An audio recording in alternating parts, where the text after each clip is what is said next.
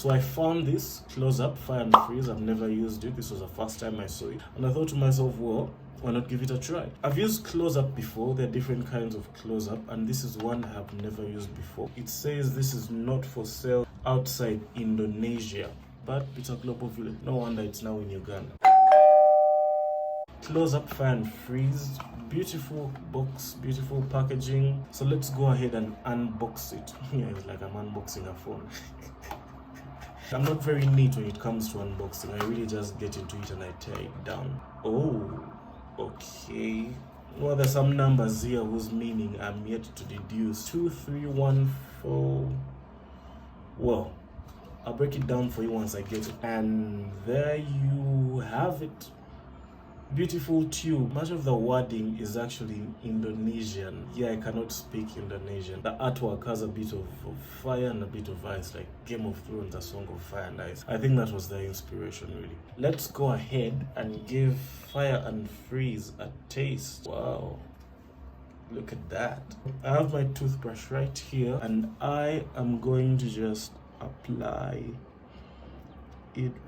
Oh my god, wow, can you see that? It actually has two colors, one at the top, one at the bottom. That's the fire and the ice. Okay, this is not how much toothpaste you're really supposed to use. This is extravagance. You don't actually need all this, but learning purposes. You can tell that there is a red and a blue line. It does smell like all other close-ups, to be honest. I guess I'm just going to find out what it tastes like. Remember our tutorial on how to brush? All you have to do is draw circles. So let's get into it. Okay, so I have to be very honest when I'm giving this review.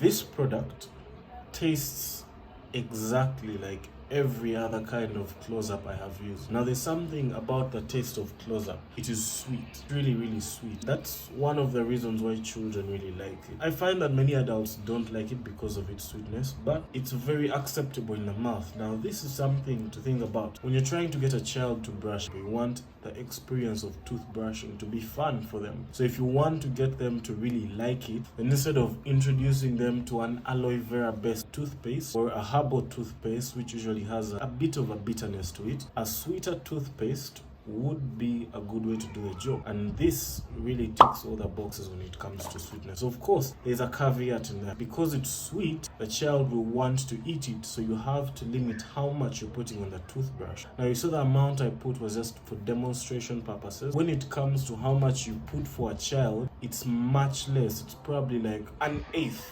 of what I put on my toothbrush. A pea-sized amount. Let's say a child of 3 years and above. Number two, they do maintain that freshness it gives you.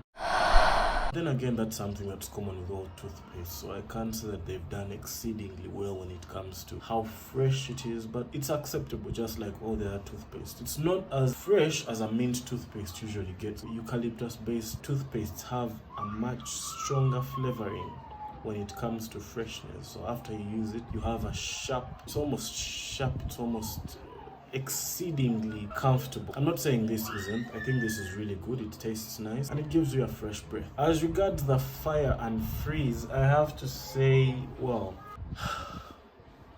there is no fire or freeze. It's sort of just room temperature. I expected to have two contradicting tastes. One is taking you to the moon, the other is taking you to the bottom of the ocean. It turns out it's actually just the same taste as any close-up. What's my verdict on this?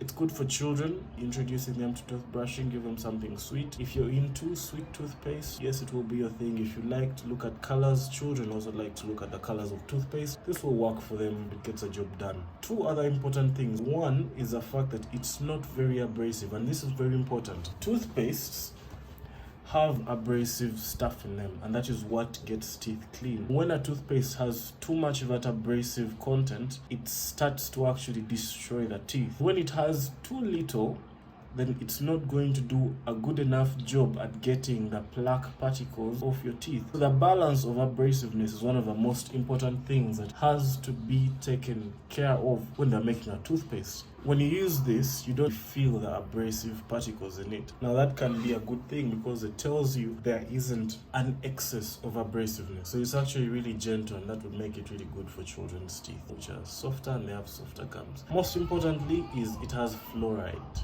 Fluoride is really key when it comes to toothpaste. Without fluoride, the toothpaste is useless. Finally, you're going to ask yourself, what makes toothpaste sweet? Is it sugar? But you tell us sugar is bad. Exactly. One of the sweeteners that is used in toothpaste is sorbitol. Sorbitol is a sugar substitute that is almost as sweet as sugar. It is used because most bacteria cannot break it down to produce acid that destroys teeth. This is the same thing that happens with xylitol and other sugar substitutes, but they are almost as sweet, and that is very advantageous when it comes to protecting against dental caries. Now you'll find sorbitol and xylitol being used in chewing gum as well, sugar-free chewing gum. This is something that we recommend greatly to people who have problems with producing saliva, or people who are generally high risk of dental caries. In conclusion, I would give Close-Up Fire and Freeze a